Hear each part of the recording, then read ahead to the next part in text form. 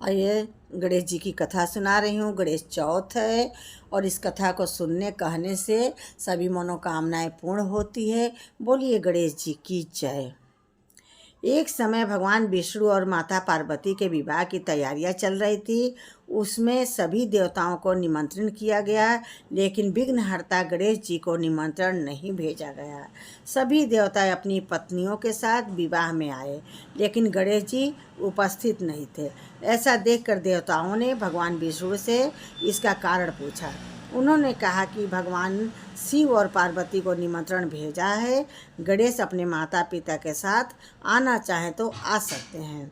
हालांकि उनकी 1.25 मन मूंग दाल, 1.25 मन चावल, 1.25 मन घी और 1.25 मन लड्डू का भोजन दिन भर में चाहिए। यदि वे नहीं आए तो अच्छा है। दूसरे के घर जाकर इतना सारा खाना पीना अच्छा भी नहीं लगता है। इस दौरान किसी देवता ने कहा कि गणेश जी को अगर आए तो उनको घर के देख रेख की जिम्मेदारी दी जा सकती है। उनसे कहा जा सकता है कि आप चूहे पर धीरे धीरे जाएंगे तो बारात आगे चली जाएगी और आप पीछे रह जाएंगे। ऐसे में आप घर की देख रेख करें।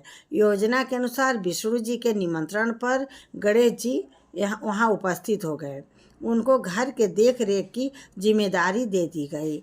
बारात घर से निकल गई और गणेश जी दरवाजे पर ही बैठे थे। यह देखकर नारद जी ने इसका कारण पूछा। नारद जी आग लगाने वाले हैं। वो कथा में भी उनसे कारण पूछे कि आप क्यों यहाँ बैठे हैं, बारात तो चली गई है।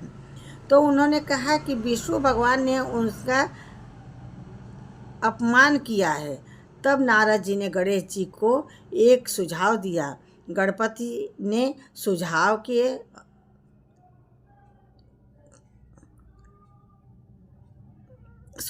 के तहत अपने चूहों की सेना बारात के आगे भेज दी, जिसने पूरे रास्ते को खोद दिए। इसके फलस्वरूप देवताओं के रथों के पहिए रास्तों में ही फंस गए। बारात आगे नहीं जा पा रही थी। किसी के समझ में कुछ भी नहीं आ रहा था कि क्या किया जाए। तब नारद जी ने गणेश जी की बुलाने का उपाय दिया ताकि देवताओं के विघ्न दूर हो जाएं। भगवान शिव के आदेश पर नंदी गणेश जी को लेकर आए। देवताओं ने गणेश जी का पूजन किया। तब जाकर रथ के पहिए गड्ढों से निकल तो गए, लेकिन कई पहिए टूट गए थे। उस समय पास में ही एक लोहार काम कर रहा था। उसे बुलाया गया। उसने अपना काम शुरू करने से पहले गणेश जी का मन ही मन स्मरण किया और देखते ही देखते सभी रथों के पहियों को ठीक कर दिया।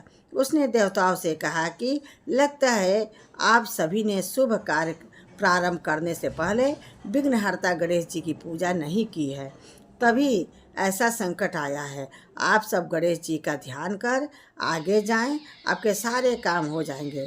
देवताओं ने गणेश जी की जय जयकार की और बारात अपने गंतव्य तक सकुशल पहुंच गई।